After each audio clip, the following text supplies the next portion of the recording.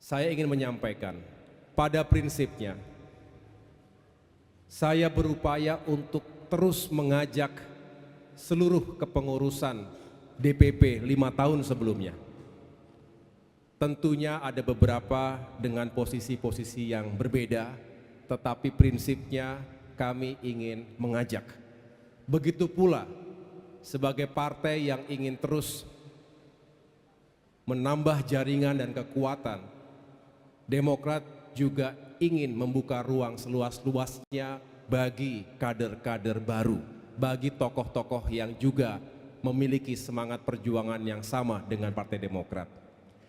Kepengurusan ini juga akan menjadi melting pot antara senior, para pendiri, para pejuang partai yang telah berkiprah selama 20 tahun di Partai Demokrat, dan juga ada kader-kader muda, kader-kader baru dengan energi dan kreativitas yang kita harapkan bisa menambah nilai perjuangan kita.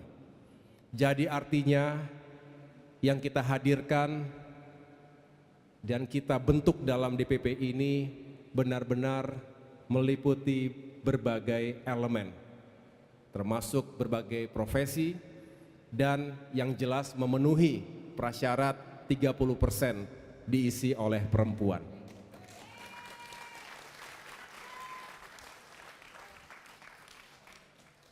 Bisa kita mulai? Ingatkan kalau sudah mulai masuk azan. Bapak Ibu yang saya muliakan, sebelum saya jelaskan dan saya umumkan satu persatu, izinkan saya menyampaikan sebentar. Bisa dari sini nggak? Mana ininya di sini ya?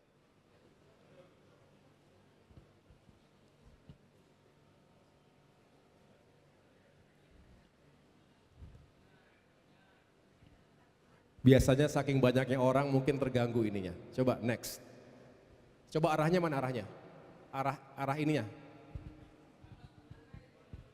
Atas sana kan? Jangan sampai salah arah kita. Baik Bapak Ibu sekalian, ini adalah struktur organisasi terbaru sesuai dengan ADART 2025-2030. Yang paling atas adalah Majelis Tinggi Partai. Kemudian Dewan Pimpinan Pusat, ada Ketua Umum.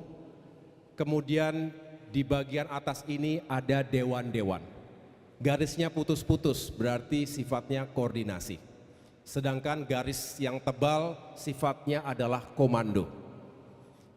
Ada Mahkamah Partai, Dewan Kehormatan, Dewan Pertimbangan, dan yang baru ini adalah Dewan Pakar yang akan kita hadirkan untuk menambah kekuatan isu dan narasi yang kita perjuangkan ke depan. Saya akan dibantu oleh sejumlah wakil ketua umum, ada sekretaris jenderal dan bendahara umum, dan jajaran wasekjen, direktur eksekutif seperti yang lalu, dan juga jajaran wakil bendahara umum. Lalu di bagian kiri ini adalah badan-badan. Yang terdahulu ada 8 badan, kali ini ada 2 tambahan badan. Yang pertama tentunya BPOKK, Bapilu tetap. Bapilu akan memiliki 3 divisi. Divisi Riset dan Survei Nasional, Divisi Rekrutmen Caleg dan Cakada, dan yang terakhir Divisi Kampanye Nasional. Lalu berikutnya ada Badiklat, Badan Doktrin Pendidikan dan Latihan, Badan Pembinaan Jaringan Konstituen atau BPJK, kemudian BPPM adalah Badan Pemberdayaan dan Pengabdian Masyarakat, ada BHPP, Badan Hukum dan Pengamanan Partai, ada BRAINS, apa singkatan BRAINS ini? Badan Riset dan Inovasi Strategis. Ya. Dulu namanya Litbang, kita berubah namanya, tetapi semangatnya tentu ingin menghadirkan research dan inovasi yang baik untuk partai. Bakomstra tetap, Badan Komunikasi Strategis. Yang baru adalah 2 ini, ada Badan Saksi Nasional, BSN, dan juga Badan Logistik Partai, BLP. Jadi 2 badan yang baru. Lalu di bagian kanan ini ada departemen-departemen. Departemen kalau terdahulu jumlahnya 11, mirroring dengan jumlah komisi di DPR RI. Tapi sekarang karena kita tidak lagi sebagai oposisi, betul? Di pemerintahan kita mirroringnya ke pemerintahan. Jadi ada 7 departemen, mirroring ke kementerian koordinator. Ya, jadi nanti ada departemen 1 bidang politik dan keamanan dan seterusnya sampai dengan departemen 7 bidang pangan. Lalu ini juga adalah yang baru, Institut Partai Demokrat atau Demokrat Institute.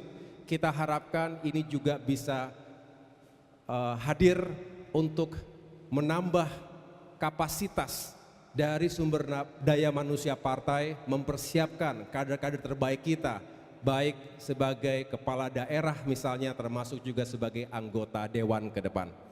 Ini juga akan berfungsi sebagai think tank yang bisa bekerja sama dengan berbagai pihak. Akademi Demokrat akan kita perkuat. Serikandi Demokrat sekarang secara formal kita masukkan dalam struktur organisasi DPP. Mana suara Serikandi?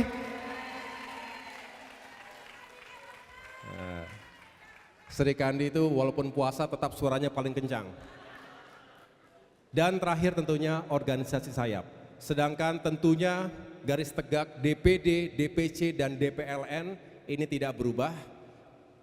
DPLN adalah untuk luar negeri.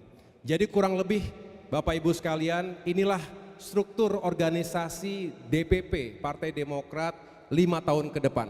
Tentunya kalau dalam perjalanannya ada perkembangan atau penambahan, kita sesuaikan dengan kebutuhan dan dinamikanya. Dapat dipahami? Bisa kita lanjut?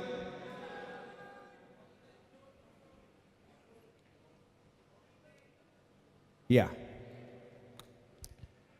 Pertama, tentu kita dengan rasa bangga mengumumkan kepada semua untuk Majelis Tinggi Partai Demokrat. Sesuai dengan ADART, jumlah minimal 9, jumlah maksimal 17 orang. Dan ini jumlahnya 17 orang. Berikan tepuk tangan kepada Ketua Majelis Tinggi Partai Demokrat, Bapak Susilo Bambang Yudhoyono, kembali terpilih sebagai Ketua MTP, dan beliaulah yang memiliki kewenangan untuk menentukan siapa-siapa yang akan duduk sebagai anggota Majelis Tinggi Partai Demokrat. Yang pertama tentunya saya sendiri, saya selaku Wakil Ketua Majelis Tinggi Partai, kemudian ada Bung Teguh Rifki Harsha,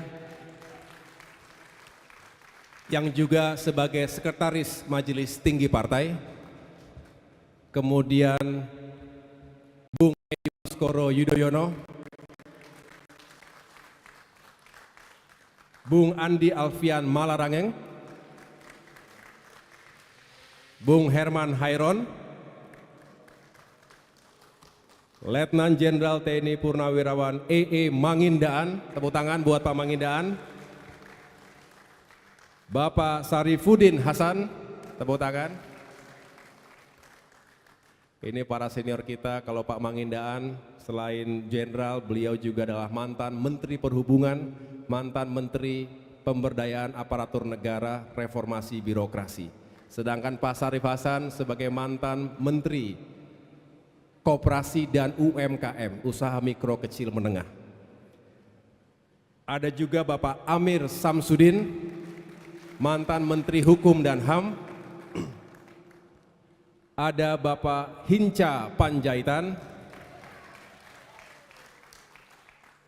Mayor Jenderal TNI Purnawirawan Nahrawi Ramli, Ibu Melani Lemena Suharli, mantan Wakil Ketua MPR RI juga, Bapak Sarjan Tahir, Bapak Muhammad Jafar Hapsah, sedang umroh saya dengar, Ibu Indrawati Sukadis, mantan Bendahara Umum, Kolonel Purnawirawan Bapak Guntur Sasono, sedang didapil, Bayangkan usia beliau hampir 80 tapi masih rajin berada di dapil. Dan yang terakhir, Bung Irwan Veko.